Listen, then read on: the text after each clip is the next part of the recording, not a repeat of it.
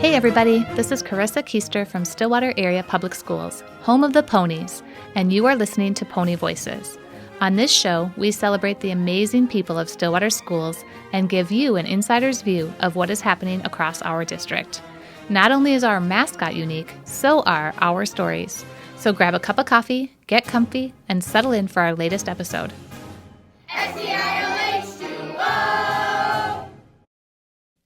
Sticks and stones may break my bones, but words will never hurt me. You've probably heard that childhood rhyme before. It's something many kids learn to say on the playground when other kids tease them. It's also a lie. The fact is, words do hurt.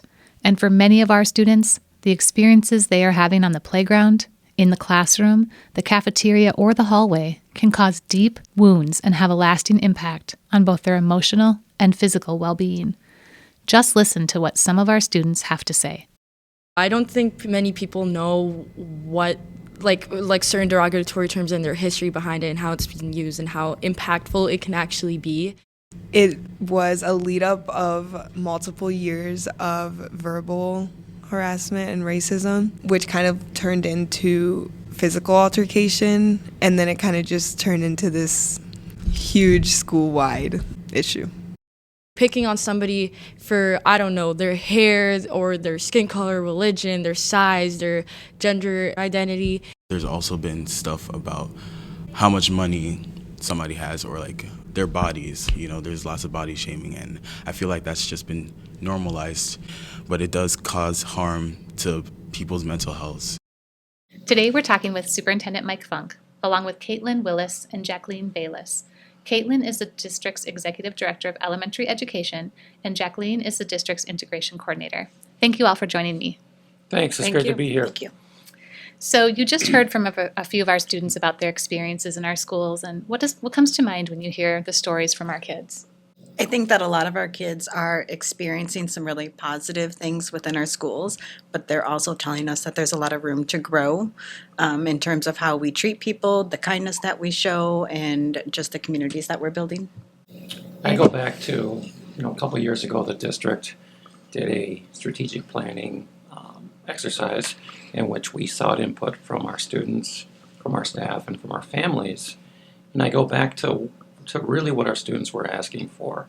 And the students, in their own words, said they want to feel safe, they want to be seen, they want to be heard, and they want to be accepted, and they want their individuality and their diversity valued. They also, which I think is pretty important, talked about rules and expectations that are applied consistently. As superintendent here in Stillwater, going into my third year, I can tell you that we've got a lot of great things happening in our schools, but we are not necessarily consistent in our approach. And what we are attempting to do here with the implementation of these protocols is be consistent and support the needs of our students. And these supports are in line with some of our board policies. So that's our charge here with the adoption of these protocols. So we're talking about the identity harm protocols, and for those who maybe this is a new concept, what is identity harm and what's its impact on kids? Identity harm is any kind of harm that is caused, whether it's intentional or unintentional, on another person or persons based on something that they value that is a part of who they are. So that could be overt in the things we think about with race, or gender. It could also be things you don't necessarily think about with body type or ability. So it's a wide range. Many students shared experiences that we didn't think about as the adults going into schools with the food choices of the cultural foods that they bring in when they bring their lunch or when they're sharing stories of their family's celebrations. So it's a wide range of things. I think even if we when we talk to students, I know there was one who said, sometimes I get made fun of because I'm short. He goes, I just haven't grown tall yet. And so he's like, I can't change that. And his friends might think that's really funny, but that is something that he internalizes as when am I going to hit that growth spurt? And so when we're thinking about identity, it is just those things that make us who we are. That's all it is. we're all unique, and the students recognize that, so it's time for the adults to also recognize that. And I think that our teachers and our staff do a fantastic job of celebrating difference. And I think where we're hearing that we need to grow is how we respond when those differences aren't celebrated but are being used to harm other students or frankly other staff as well. So one of the themes that Jacqueline and I heard when we were in schools was students saying very clearly, I know what is expected of me, but in these situations, I'm not always sure what I can expect of the adults. So these protocols will help students understand what they can expect of the trusted adults so that they feel more comfortable in bringing to our attention when these instances occur. And the students said repeatedly what they want is for all of us to come together to educate each other, to educate one another about each other, about identity, about cultural differences. And so it's not about judgment, it's not about punishing somebody, but really just helping them to learn so we can all be better. Someone, as I was talking about this just in the community, mentioned to me, it sounds like we're just asking kids to be kind, right? I mean, is that what this is really about? I think it's more than that. I think if you take a look at our student body, and one of the things we take a look at is our Minnesota Student Survey, and we look at how kids feel about themselves and kids who, are they feeling emotionally okay? And I don't have the exact number, but I think, our students took this survey 10 years ago, and I think 2013, I think they took it again in 2022. And, we were in the teens as far as our girls feeling, emotionally secure, or emotionally distressed. And then I think we took the same survey again in 2022, and it had been in the middle of the teens to almost 38% of our students, female students in the high school, are feeling some sort of emotional distress. And so if that's what's happening in our society, what are we doing as a school district to ensure that we are meeting their social and emotional needs? And one of the ways we can do this is we can address harm. And, people say, okay, well, it's being kind. It is. But also as a school district, it's what are we doing as a staff to ensure that when kids are not necessarily kind with one another, that we are addressing the behavior and that we are consistent so the students have a consistent experience in elementary school, in middle school, and in high school. And that's what these protocols are about, is to put consistent approach to how we're dealing with some of these challenges that our teachers see on a daily basis and our students feel on a daily basis. Thanks for explaining that. I think that ties in with a lot of the work we've been doing at the district level and our strategic plan, our key initiatives. We're talking a lot about that idea of mental health and social emotional learning for our kids. Anything else that you want to bring up as far as how this supports the work of the district?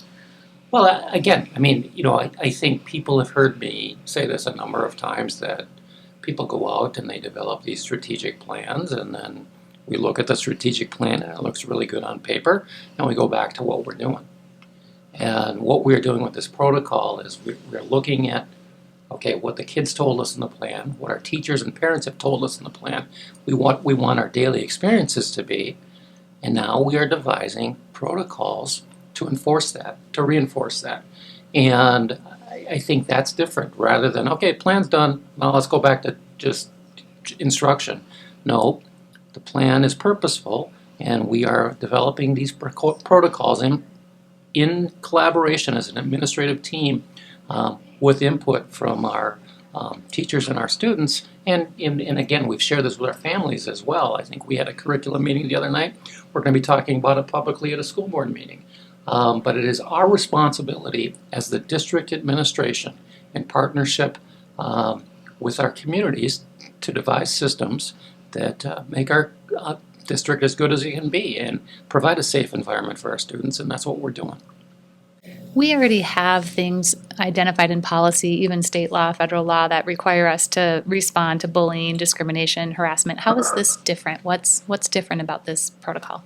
So it's a good question, because I think it's very important to call out that a lot of the elements of these protocols and this plan is happening, does exist, and we're codifying that. We're being transparent with our students and our families and the larger community about how we respond to these things. But well, here's maybe an example. So as we have started to roll out just the foundational level of identity harm across our buildings, in collaboration with our principals for staff, an important element of the plan is denounce the act.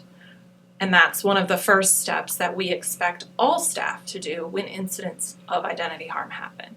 And many of us as teachers are used to classroom management. We see something and we're not comfortable with it. We see that a child is hurt and we intervene with that action, but we miss the step of calling specifically what it was, calling out the behavior, denouncing the specific behavior.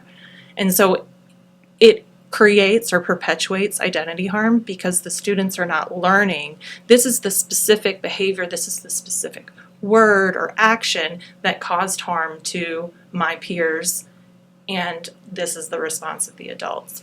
So it's being more specific, and it's also giving language to our staff and students and parents on how we can have discussions with students when these incidents happen. I think it's also what Dr. Funk has said, it's about consistency. So we do have policies in place for bullying and harassment, but the steps that we go in handling those could potentially look a little different. We're handling them. And then with what Caitlin's saying, denouncing the act. When we hear foul language in the schools, we have no problem saying that language isn't welcome here. When we see bullying, we don't have a problem saying those actions are not welcomed here. When it comes to identity harm, people get uncomfortable. So this is getting all of our staff and our students used to being comfortable and saying those actions are not welcomed here. With the student, you are welcome here. Those actions are not. So it's about being consistent and comfortable with denouncing all acts of harm. Thank you for that clarification. I think that helps. Another thing we've heard from families over the years too is that they don't always feel like they're being brought along or that they know what to expect in a situation, and that sometimes I heard a student actually in one of our examples talk about a time where there was a word being used towards them and nothing was happening, and she just heard it over and over and got so frustrated she responded, and it was her behavior that was the one that was disciplined. So those sorts of incidents are happening. I think we're hearing from parents that they want to be more involved in what's happening. They want to be communicated with. They want to be part of the problem solving, and it looks to me like this protocol helps to do that as well. It does. There's a whole component of this protocol that's around communication and fact-finding, and that's not done in a silo. So it's engaging the student, witnesses, the parents, the school community, depending on the level of impact, in responding appropriately from the standpoint of repairing that harm and providing education and moving forward collectively, because that's what we're here to do as an educational entity. We're here to grow citizens, and so we want to have citizens that know how to have difficult conversations, know how to repair harm when harm happens, and then move forward. What challenges have we faced in the past with identity harm? Are there examples or things that have happened, and what are we trying to help? Who are we trying to help in these protocols? We are evolving as a society, and we're evolving as a school district. An example I can provide is this. In my previous district, I was there for 13 years. When I came to the district, we were 24% students of color. When I left the district, we were close to, I think, 42% students of color. So in 13 years, we had shifted that much. When I came to Stillwater, the number is similar, high 70s as far as what our white population is. But our system is evolving. And what are we doing to prepare our staff and our community for differences, for change? And so I had we had a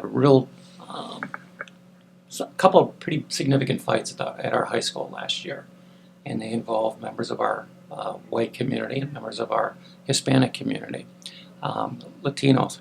And I had a meeting at Lake Elmo with a group of families. I would say there were close to 100 people in the room from the Latino community.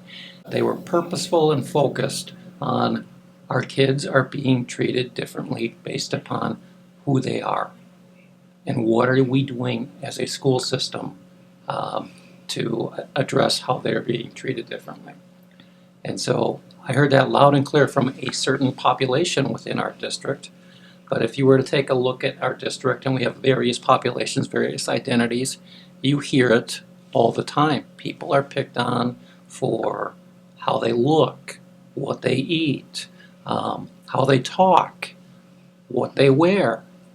And so what are we doing as a district to ensure that we are addressing these issues and we are preparing our staff to address these issues so that our student experience is a more positive one, and that students can go home and they can tell their families that, yes, this was an issue at school today, but the district has addressed it, the teachers have addressed it, the principals have addressed it.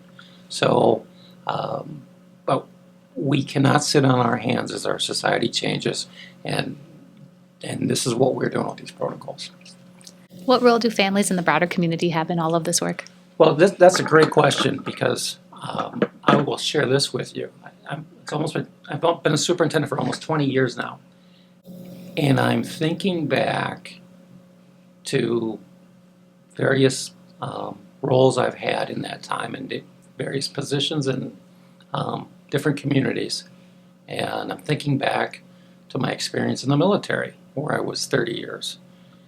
And this is the first time I can actually remember that we are actually developing procedures and we are going out and talking about we have administrative procedures for everything we do, but we never talk about them in the community. And I think it's important, and that's why we're doing this podcast today, and that's why we talked about it at a curriculum meeting earlier this week, and this is why we'll be talking about it at a school board meeting next Tuesday night. Even though it's administrative in nature, the community needs to be aware that, we are taking the safety and mental health of our students seriously here, and we need your help in taking a collaborative approach to how we're going to be addressing these issues moving forward. So this is a significant change, but again, as I stated, most of the time when we develop administrative procedures, they're just developed, we implement, and we move on.